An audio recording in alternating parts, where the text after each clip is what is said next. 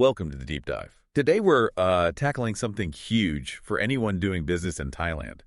We're looking ahead to 2025. That's right.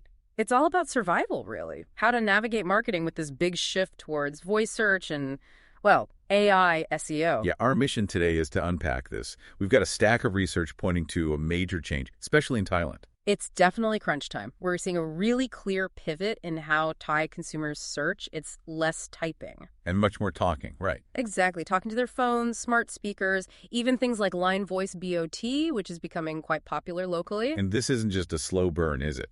The sources suggest it's happening fast. Very fast. It's a critical turning point. If you're still stuck on the old SEO methods, 2025 could be, well, tough. So what's the big number driving this urgency? There was a pretty stark statistic mentioned. Yeah, Gartner put out a forecast. They're saying traditional search volume, typing into Google could drop by 25% by 2026. Wow, 25%. That's massive. It is, because AI search and voice search are taking over that space.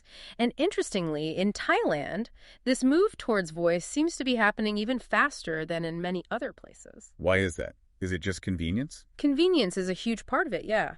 But it's also about natural communication. Thai consumers really seem to favor that conversational style. Okay, so the landscape is shifting under our feet.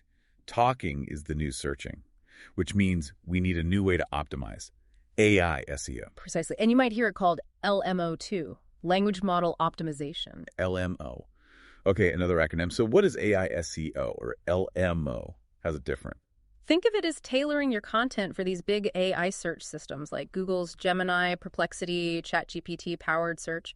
LMO highlights that it's not just about keywords anymore. Right. The old way was kind of mechanical, stuff keywords, build links. Yeah, trying to game a simple algorithm. LMO is about optimizing for a sophisticated language model. It's looking at the user's actual intent, the whole context of their question, not just the words they used. So, intent and context. If we're throwing out the old playbook, what's the number one thing businesses need to focus on now? It really boils down to meaning.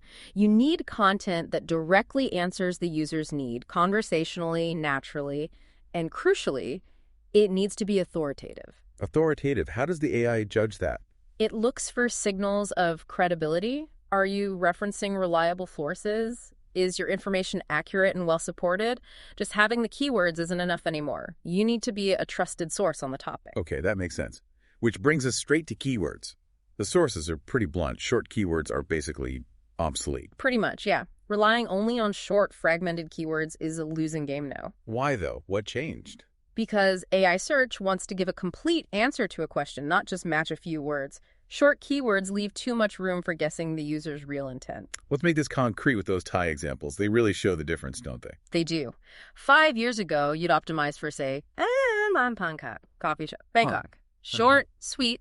But kind of vague. Exactly. Now, people search how they speak, so you get queries like, thank you, coffee shop in Bangkok that has plugs and is quiet. That's quite a difference. From 3 words to, what, 8? It's a huge leap. That longer phrase isn't just keywords. It's the item, the location, the conditions, the objective. It's a whole need expressed naturally. And these long-tail keywords, the ones that sound like actual speech, why are they suddenly so powerful? Well, first, like we said, it's how people use voice search. We talk in sentences. Second, they bring in much better leads. Better leads? How so? Because the specificity implies higher intent. Someone searching for digital marketing course for small business owners on TikTok is much further down the funnel, much closer to buying than someone just typing digital marketing. You know exactly what they're looking for. Okay, but here's a question. If everyone starts chasing these specific long-tail phrases in Thailand, won't it just become super competitive too? That's a fair point, but the nature of long tail is, well, long. There's such a vast variety of ways people can phrase a specific need. Ah, so it's not about winning one specific phrase. Not entirely. It's more about covering the breadth of related, specific, high-intent queries. You might have hundreds of variations. Because they're so specific, the competition for each individual one is lower than for those big, generic, short keywords. Okay, I get it. So you target the niche needs. Your content is super relevant for that specific question, making it more likely the AI picks you as the best answer. Exactly. You're aiming to be the authority for many specific needs, not just the top result for one broad term. Right. So let's shift from the theory to the practical stuff. The sources laid out 4 key techniques for local Thai businesses. What's the first step, the mindset shift required? Technique 1.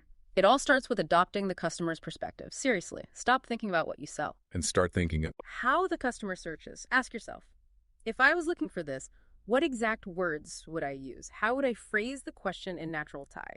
Start with your core terms, your Yundong Kun, and build out from there based on problems, needs, conditions. putting yourself in their shoes. That makes sense.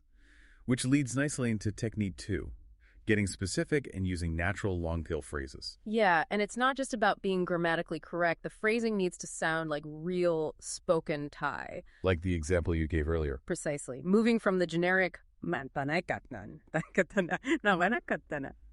Japanese restaurant Bangkok to something much more specific and natural, like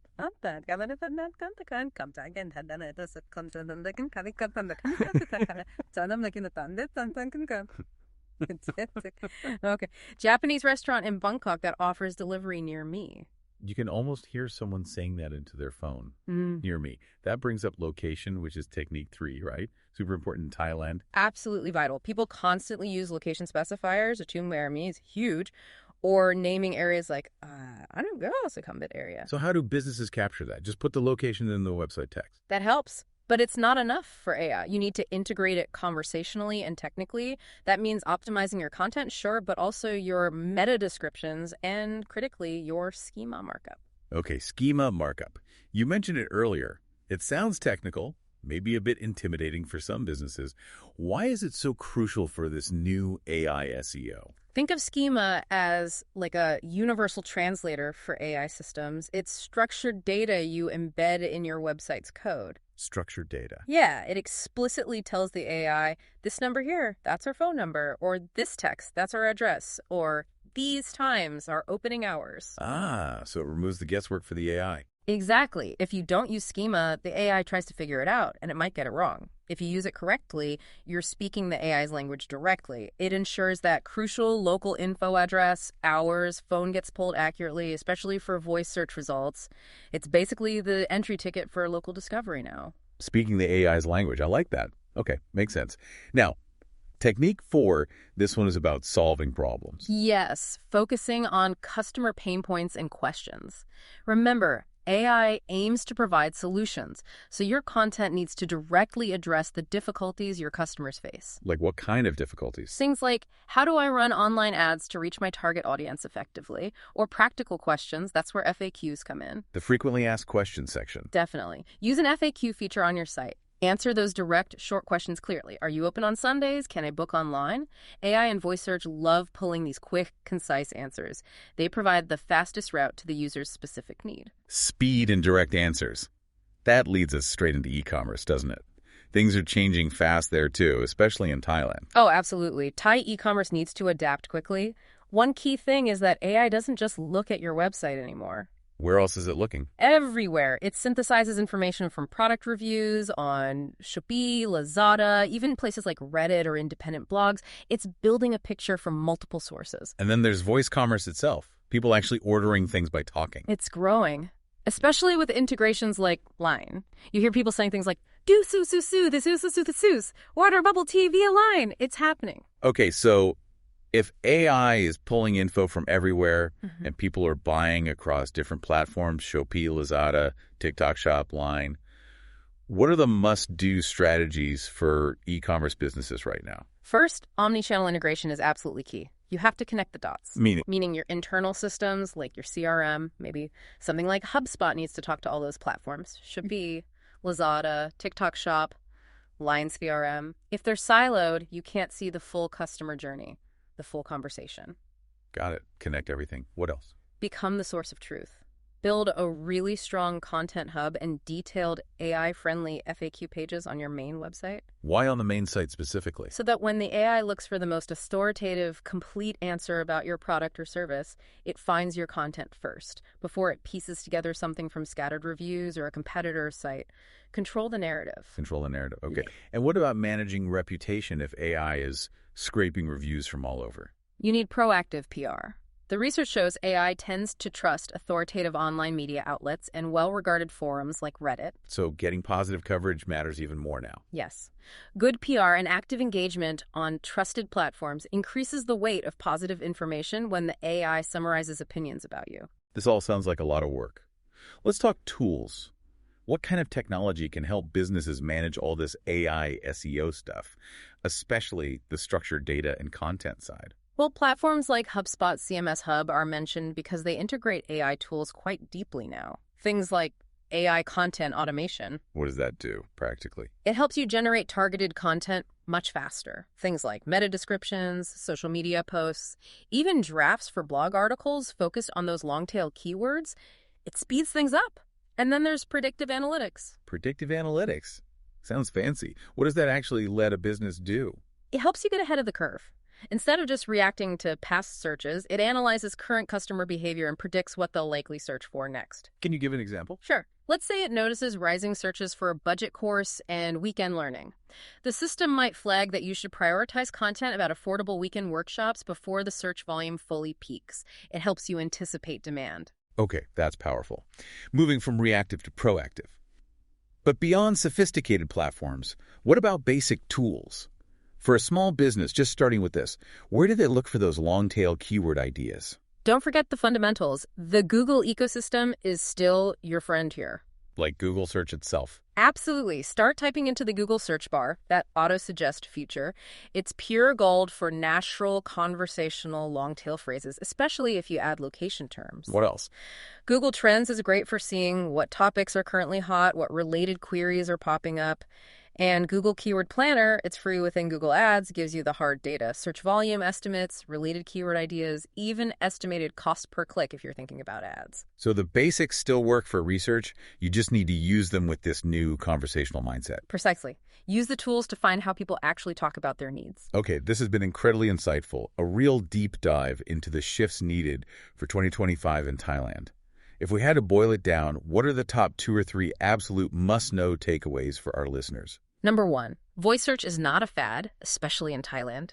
With tools like Line Voice BOT and the local preference for convenience, it's the future. You have to be ready for it. Got it. Voice is the future. What else? Number 2, AI SEO requires a completely different approach. Forget just keywords. It's all about a conversational keyword strategy, now understanding intent, providing context, giving clear, authoritative answers. Conversational strategy. Okay. And the third? Third, the technical side matters more than ever. Specifically, schema markup.